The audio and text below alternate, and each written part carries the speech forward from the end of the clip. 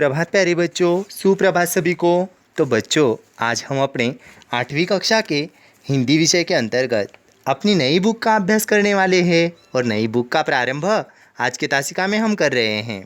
तो चलो शुरुआत करते हैं अपनी सहायक पुस्तक माला यानी मधु कलश को। इस मधु कलश के अंतर्गत हमें दिया है पाठ क्रमांक 1। बहुत ही सुंदर ऐसी कहानी आज के तासिका में हम देख रहे हैं। और इस घटना में देखिएगा तो कौन से सब्जी का वर्णन है, तो देखिएगा गोभी का फूल। आपना पहली जो कहानी है, इस कहानी में जो वर्णन किया है वो वर्णित सब्जी है जिसका नाम है गोभी। तो देखो बच्चों, देखते हैं गोभी का फूल। अपने थोड़ी सी लाभ के लिए कुछ लोग दूसरों को असुविधा में डाल देते हैं। इस हास्य रचना में लेखक ने अपने साथ हुई एक ऐसी रोचक घटना का वर्णन किया है। आप तो बाबू हनुमान प्रसाद को नहीं जानते होंगे, पर बाजार के सभी सब्जी वाले उन्हें अच्छी तरह पहचानते हैं। घर की साग सब्जी वे ही बाजार से खरीद कर लाते हैं। हरे धनिए की गड्डी मुफ्त में मांगना, शलजम के पत्ते तुड़वा कर तुलवाने का आग्रह करना, आलू छाँट कर चढ़वाना और अरबी धुलवा कर मिट्टी हटाकर लेना आदि ऐसी अनेक बातें हैं जिनके कारण सब्जी मंडी का हर व्यक्ति उन्हें पहचानता है। सभी सब्जी वाले उन्हें देखकर आइए बाबूजी का नारा लगाते हैं, पर मन से कोई नहीं चाहता वे उसकी दुकान पर ही उस दिन का व्रत तोड़े, क्योंकि बहुत देर तक हिसाब लगाना पड़ता है कि सौदे के बाद घाटे में आखिर कौन रहा। हनुमान प्रसाद जी को हरी सब्जी का मर्ज है। किस सब्जी में कितने विटामिन होते हैं, कितना लोहा होता है, कितना चूना, कितना कत्था, कितनी लकड़ी, कितनी ईंट, इसका जितना ज्ञान उनको है वैसा किसी पोस्ट मास्टर को अब तक निकले हुए डाक टिकटों के बारे में भी नहीं होगा। हनुमान प्रसाद जी को ताजमहल का रिप्लिका भेंट कीजिए तो वे बुरा मान सकते हैं, पर आप यदि उन्हें एक टोकरा सोया मेथी का साग भेंट कर देना, आप उनके पक्के मित्र माने जा सकते हैं। किसी को कई बार आते जाते देखते हैं तो मौसमी तरकारी की फरमाइश वे ज़रूर कर देते हैं। तो देखिएगा अगले पेज पर हमें क्या दिया है। उस दिन मुंह से अचानक निकल पड़ा, मैं लखनऊ जा रहा हूँ। यानी लेखक कहते हैं मेरे मुंह से निकल पड़ा, मैं लखनऊ जा रहा हूँ। फिर क्या था, बाबू हनुमान प्रसाद बोले, अरे भाई वर्मा साहब, आप लखनऊ जा रहे हैं ना, तो हमारे लिए 5 फूल गोभी लेते आइएगा। अभी यहाँ गोभी का अच्छा फूल मिलता नहीं, लखनऊ में 1-1 रुपए का अच्छा फूल मिल जाता है। देखिएगा, यानी बाबू हनुमान प्रसाद जी को गोभी के फूल बहुत पसंद थे। सिर्फ गोभी के फूल ही नहीं, उन्हें हर सब्जियां पसंद थी, इसीलिए वे लेखक को लखनऊ से गोभी के फूल लाने का आग्रह करते हैं। मैंने हाँ या न कहो, इससे पहले उन्होंने 5 रुपए मेरे हाथों में रख दिए और मुझे अकेले में ले जाकर बोले, देखिए वर्मा जी, पता नहीं आपने कभी साग सब्जी खरीदी है कि नहीं, फूल ज़रा गठा हुआ लीजिएगा, चित्रा फूल जल्दी खराब हो जाता है। बहुत से गोभी वाले पत्ते निकाल कर लेते हैं, वे पत्ते न निकाल पाए, पूरी गोभी लीजिएगा। पत्ते में जो कैलोरी होती है ना, वह फूल में नहीं होती।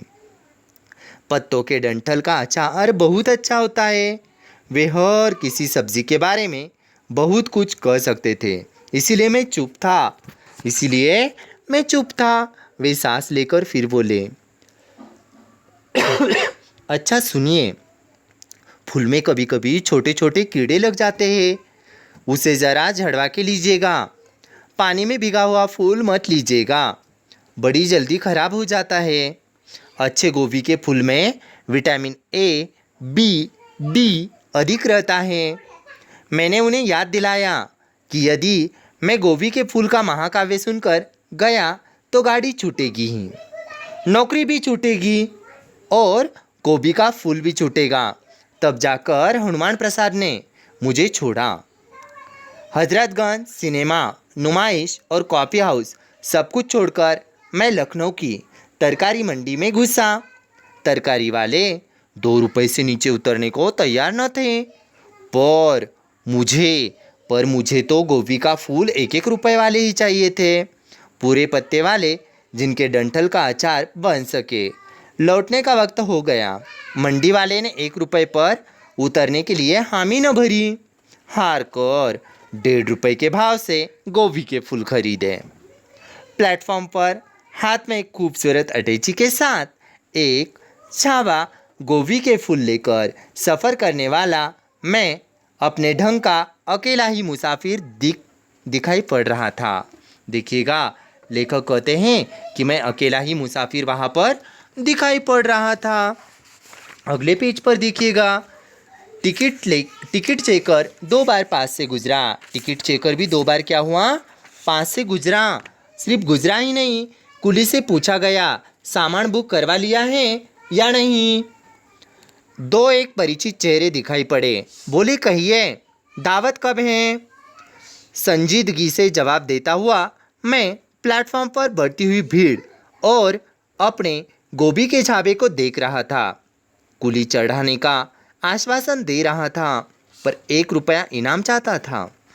गाड़ी आई, धसाधस भरी मेल, मारामारी का दृश्य। कुछ लोग डिब्बे से बाहर निकलने का प्रयत्न कर रहे थे और कुछ चढ़ने का। मेरे कुली ने अब न चूक चौहान की तरह मुझे ललकारा। मैं भीतर घुसने लगा। भीतर वाले मुझे दूसरे डिब्बे में खाली जगह के बारे में अतिरिक्त जानकारी के साथ रेल के सारे कानून एक साथ समझाने को तुल गए। पर हया नामक वस्तु मैं प्लेटफॉर्म पर छोड़कर ही डिब्बे के भीतर घुसा। भीतर घुसते ही गोभी के फूलों की चिंता हुई। झाबा पूरा भीतर नहीं आ सकता था। गोभी के फूल धीरे धीरे करके भीतर आ रहे थे। बच्चों, हम देखेंगे कि क्या गोभी के फूल सचमुच घर जाते हैं या नहीं। गोभी के फूल क्या घर पहुंचते हैं या नहीं, तो देखिएगा, भीतर वाले दूसरे डिब्बे में खाली जगह के बारे में अतिरिक्त जानकारी के साथ रेल के सारे कानून एक साथ समझाने को तुल गए। पर हया नामक वस्तु मैं प्लेटफॉर्म पर छोड़कर ही डिब्बे के भीतर घुसा था। भीतर घुसते ही गोभी के फूलों की चिंता हुई। झाबा पूरा भीतर नहीं आ सकता था। गोभी के फूल धीरे धीरे करके भीतर आ रहे थे। आखिरी किस्त में 2 फूल प्लेटफॉर्म पर से खिसक कर डिब्बे के नीचे रेल के पटरी पर पहुंच गए। मैं कुली पर बिगड़ने लगा। कुली इनाम मांगने पर अटका हुआ था और मैं गिरी हुई गोभी के दाम पर। तो देखो आगे क्या दिया है। तू मैं बढ़ने लगी। दोनों अपनी अपनी भाषा में एक दूसरे को ऊंच नीच कह रहे थे। गाड़ी के भीतर का दृश्य निराला था। एक स्वर कहता, साहब उधर ले जाइए ना। दूसरा बोला, बेंच के नीचे लीजिए।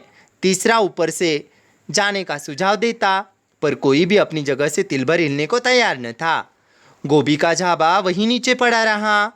स्टेशनों पर गाड़ी रुकती रही और लोग डिब्बे में सबके मना करने पर भी उसी तरह घुसते रहे जिस तरह मैं घुसा था।